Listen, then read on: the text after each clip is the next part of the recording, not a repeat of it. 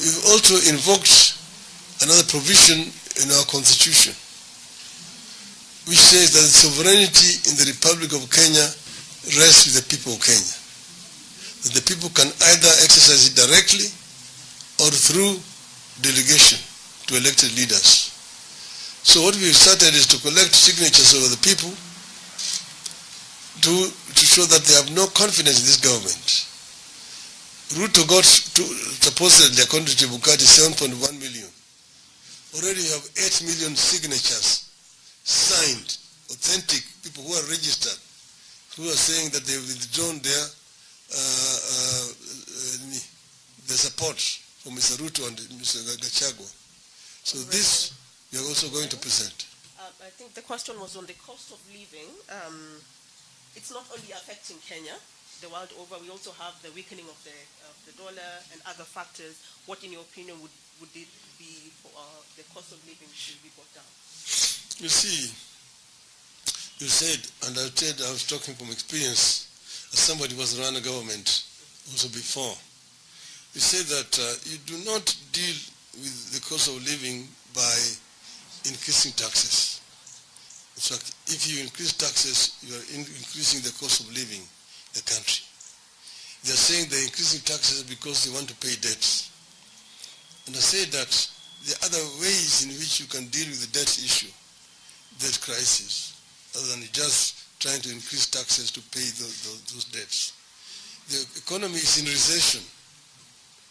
So if the economy is in recession, what you do is you create consumption. You inject money into the economy so that people have got money in their pockets that they can spend. And then the economy will revive. So what they have done basically is removing money from people's pockets to be able to pay. So you're in the hole and you're continuing to dig deeper. I don't know who is advising them. But we've got very, very good economists who would advise them better. That's why I'm saying that Zimia would have handled this situation differently. But we have been here before, and we got out of it with the former President Mwai Kibaki. So, and we can get out of it. Right. We have a question there. Yeah. Gilbert. Your Excellency, Ruto for the Dutch newspaper, The Telegraaf. I have to be open with you. I was a bit worried last week when the Mandamano started, Wednesday, Thursday, Friday. Normally you're on the forefront of demonstrations. We didn't see you. So what held you back? I didn't get that question. Again? Yes. But I come back. Okay. Huh?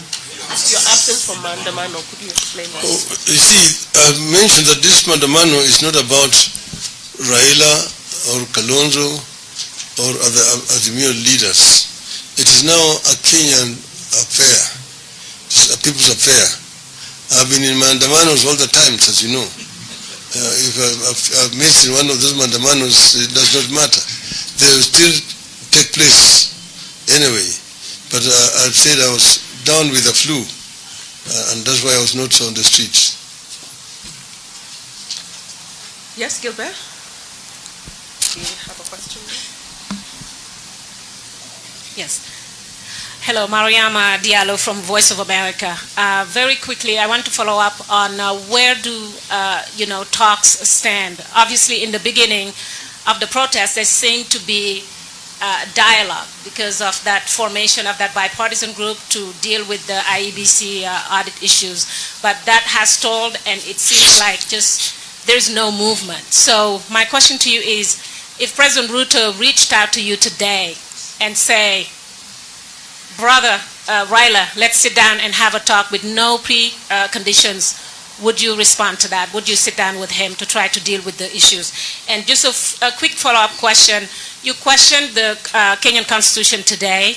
You used very strong words, obviously, towards accusations towards the police. Not feeling protected by that police that is supposed to protect you as a Kenyan and that is supposed to protect you, your people or protesters. What would you like to see happen? Thank you. You see, it's not for the first time. You remember there's a time when the situation was very polarized and charged. When President Ruto publicly appealed to me and said that we should call off the mandamano and dialogue against protest from my people. We agreed to call off the mandamano at that time and give room for dialogue. And I've just said that as soon as the temperatures come down, it was business as usual. They set up a team and eventually they withdrew. Those members of that team were not available. Each time our people assembled, they would say most of their members are out of the... There have been also attempts from outside. I can now say it here, that the president from Tanzania came here 2 weeks ago at the invitation of President Ruto to mediate, and she was kept waiting, not from our side. We were available, but the other side was not available. She spent 2 nights. Good morning. Majina yangu naitwa Naomi Kahiga ama Uhurus. Kila siku mimi nasemaga ni asante Mungu kwa sababu umetuamsha. But he is the one who is resisting. So he basically knows what he wants. I myself have said I'm ready to sit with other people to discuss these issues. He is actually pretending, is living in delusion that we don't have a crisis. But we have a serious crisis that requires patriotism to resolve. And we are ready ourselves.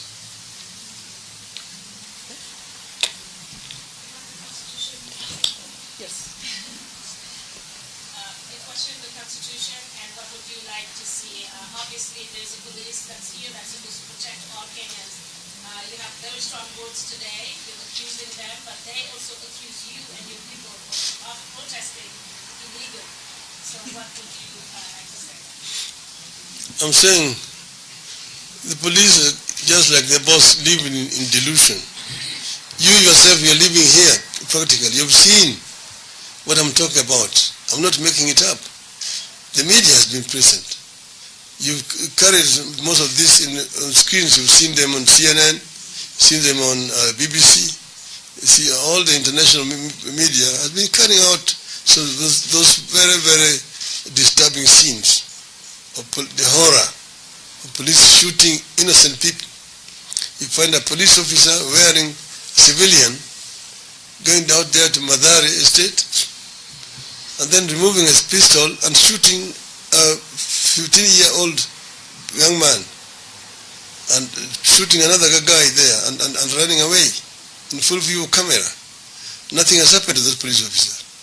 So what we are seeing here, similar to what you can call, you can give international parallels. Tom Makuti, Papa Doc de Balie, the late president or dictator of Haiti. You saw what happened in Liberia. You saw Pol Pot in Cambodia. They've happened in many different parts of the world. The scenes that we're seeing here today, they are not new, but the fate of those regimes is also unknown. Yes, thank you. Evelyn Musambi from the Associated Press. There seems to be a bit of judicial goodwill, at least from the people of Kenya, a bit of reprieve when Okiya Omtata, for example, went to court over the finance bill. Are you planning to take the legal route, the judicial route? Are you going to fight as hard on that front as hard as you're fighting on the civil route of getting Kenyans to sign and getting Kenyans to protest? No, it has to be a combination. Why? Because these people are not respecting the rulings of the courts. If you take, for example, the finance bill, the court suspended implementation of the finance bill, particularly that section that deals with the raising of the VAT on fuel from 8% to 16%. But the regulator UPR ignored it and implemented the increases directly. In other words, as the process is going on in court, they are busy implementing and defying the court orders. And that's the reason why it cannot be just one process. It has to be both. Okiem Tata and his team will fight in court, or people will fight on the streets. Yes, Tilko? Good morning. I would like to know about your position for the Russia-Africa Summit. Please introduce your name, yourself, and the organization, and take the mic, yes. Thank you. I'm Tilko from ZDF German Television, and I would like to know your position on the Russia-Africa Summit, please. Russia-Africa Summit, I think it's BRICS. BRICS is not Russia-Africa. Elaborate. Gilbert, just give him to elaborate. There will be the Russia-Africa Summit on Thursday in St. Petersburg. And you mentioned Kenya's position, which was formally very clear on Russia's war against the Ukraine. So I was wondering how you are looking at this summit on Thursday. I don't think that at this moment in time it's really time for a summit between Russia, because Russia is involved in a war, a conflict. Just like Ukraine-Africa Summit would also not be welcome at the moment. That is a war situation, and Africa needs to take a very firm stand on this issue. It's a question of right and wrong, and therefore my view is that we cannot be neutral in the place of an aggression. We must take a stand one way or the other. So I'm thinking that Russia-Africa Summit at the moment in time is not politically advisable.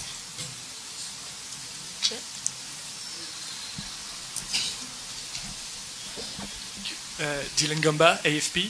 I was wondering, you mentioned the dire situation of the economy. Don't you think that demos that you are organizing are hurting also the economy? And just a follow-up, just to clarify what you meant when you mentioned Nazi Germany and the Jews, are you really making this comparison? Thank you.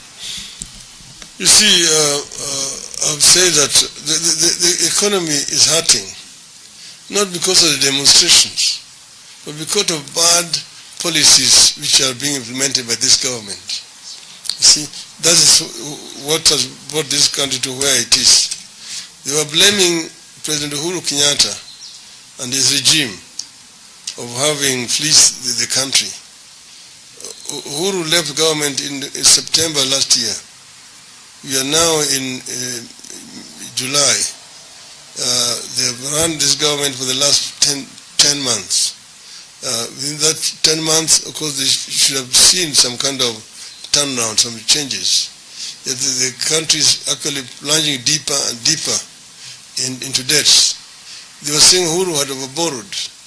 Within a certain period of time, they borrowed much more than Uhuru did borrow in a comparable period during his reign. And it's still going on. They're continuing to borrow more. There's no end in sight.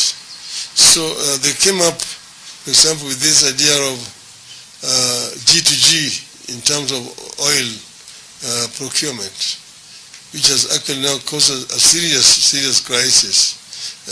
When the time for repayment is going to come up, it's going to be very, very serious. That's why they have to raise taxes. Instead of leaving the private sector to deal with oil. I used to be Minister for Energy before, and during my time is when OTS was established. They have abandoned it, and some of the players have migrated to Tanzania, some to Uganda, and so on. See, and then they came up with this idea of reviving the dead state corporation, the Kenya National Trading Corporation, to do business. Now the government is now becoming the importer of essential commodities. They imported rice, they imported wheat, they imported maize, they imported cooking oil, they importing sugar, and so on, supposedly to bring down the cost of these commodities on the market. These commodities are being imported duty-free through the port of Mombasa. But the retail price is higher than the ones which are produced locally or processed locally by the private companies that used to do it before. Where is that money going to? The pocket of the bureaucrats and the ministers of this government. Corruption has gone up more than double since Uhuru left the government. So there are many issues why this government is not coming up, and I just want to assure you, even if they give another 5 years, they will not come up.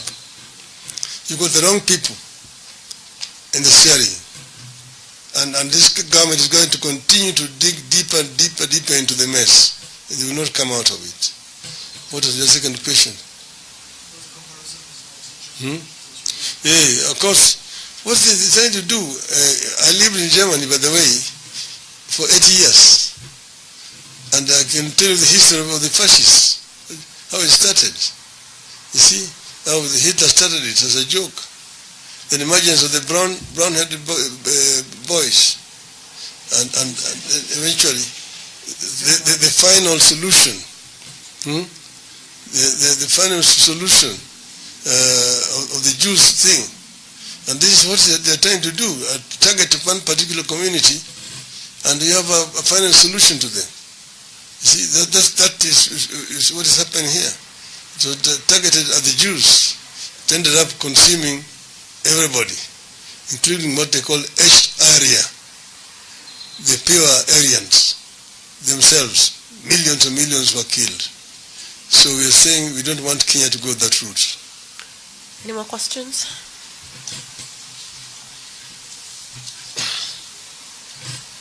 Any follow-up? Okay, thank you very much. Sure. This is reminding me, I don't think you, in my earlier question, you just explicitly say which group is being targeted for the record. I asked that in my first question. We have not missed words. We have said it in our press statement before, and I've said it's actually targeting a community in Nyanza called the Luos are being targeted. That's why there's been disproportionate use of live bullets in Migori, in Homa Bay, in Kisumu, in Siaya. And we also say that there's also use of arrows, poisoned arrows, in Sondu market, in Kisumu district, where 18 people were shot with arrows. Those militia were being escorted by the police, and they were shooting, and the police did nothing. Police were firing in the air to protect them. So if that is not ethnic cleansing, then I don't know what ethnic cleansing is all about. Does that answer your question? Good. Any further questions before we close? Yes? Gilbert, just give the mic. Please introduce yourself, the media house you're representing. Hi, my name is Achola Rosario. I'm freelancing for El País. I was wondering if you could just comment briefly on the Hustler Fund, whether it was just a con that was sold to people or it was something that is actually going to lift people out of poverty. I want to allow some of my colleagues to answer some of those questions. Sure. I want to ask Eugene Wamalwa. Gilbert? You can give him a mic.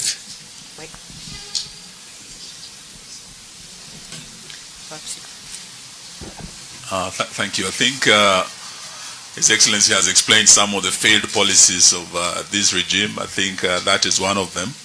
There's totally been lack of accountability as to the source of the funding and transparency in the application of those funds. So if you ask us about Hustler Fund, we don't know what it's about. We don't know where it's coming from, where it's going. Thank you.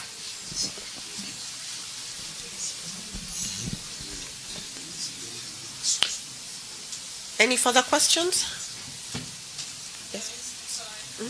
Just very quickly, a comment on the Sudanese crisis. That's also another one that's been happening the past few months, and that has the potential to affect, obviously, neighboring countries, and Kenya. So would you mind, commenting on that, if possible? I want a colleague, Vice President Kalonzo Musyoka, to deal with that question.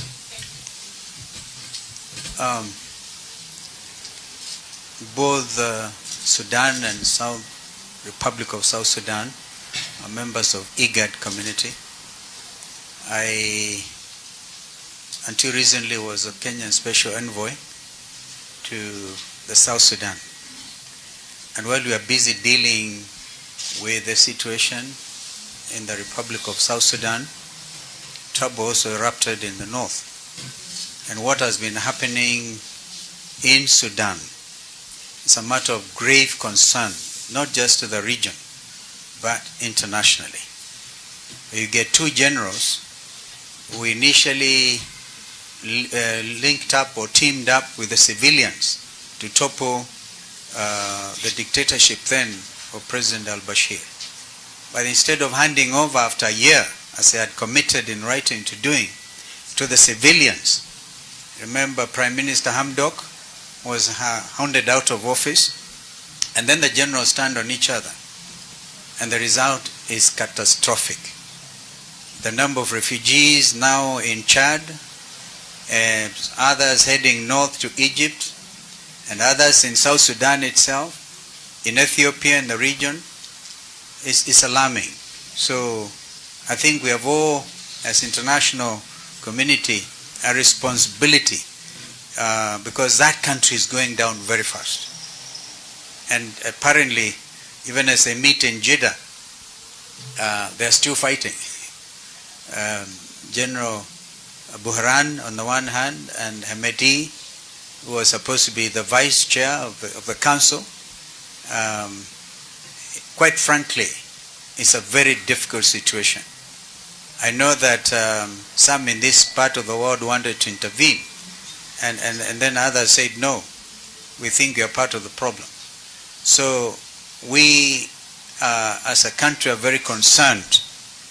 And if there's anything that we can do from the point of view of the Horn of Africa crisis, that's why our leader, Brother Raila, was very clear about this, that Kenya is seen to be the bastion of peace and harmony. That's why we can't afford to have Kenya go down the drain, because it's a anchor nation within even the community of IGAD.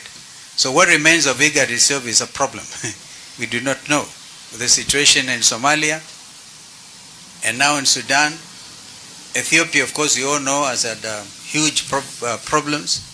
And so let's work hard as a region, including helping at least humanitarian assistance in Sudan seems to be the only hope those people have. But talk of 3 million refugees across Chad and the region is really very disturbing. So, and we hear, even in those parts, we cannot understand why, personally, can't understand. We used to hear of executive outcomes. Those are a group of mercenaries operating in southern Africa.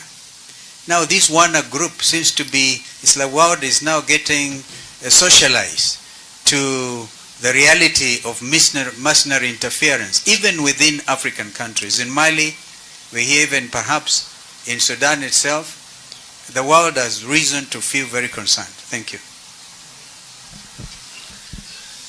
Thank you, Honorable Kalonzo. One last question before we wrap this up.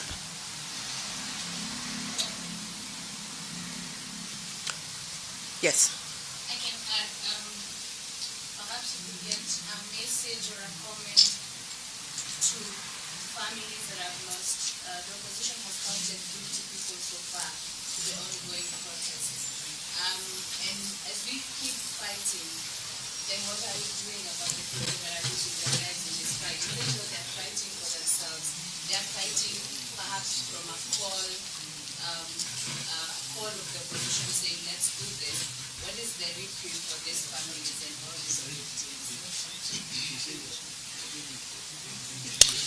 Well, for the families, who have lost their loved ones, we of course condole with them.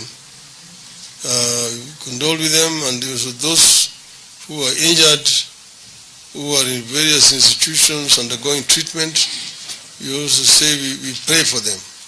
That's the reason why we called off tomorrow's Maandamano, so that people can keep vigil and also pray. We are also going to launch a fund to help those families who have lost their relatives and those who are still in hospital. So this fund is going to be announced in the course of the day. Today is tomorrow, so that people can contribute directly to the fund, and which will help us to support these victims. Great, thank you very much, Honorable Raila, and journalists for having these conversations with us. Thank you very much. We will end the conversations here. I would like to request for the journalists to wait once Honorable Odinga and the dignitaries leave, then we can proceed after that. Thank you.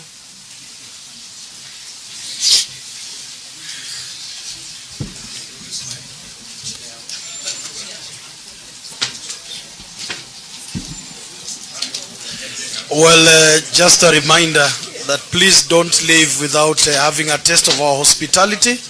We have a light breakfast for you, members of the Fourth Estate. Please welcome, karibuni sana. And thank you, Joy and Gilbert.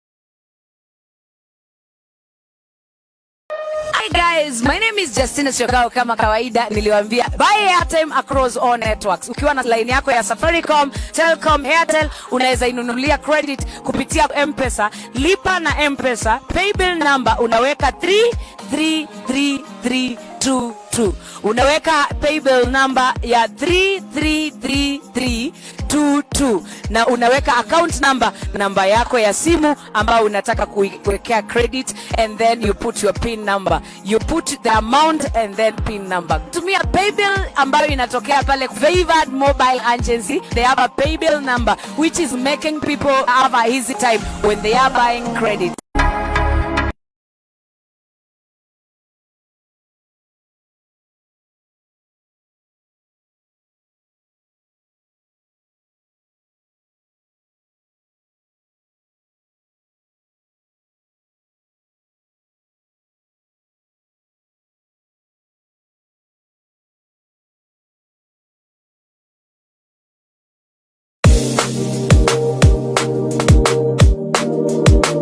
Hello, jina langu ni Miriam Munji. Karibu sana kwenye Lightcast TV.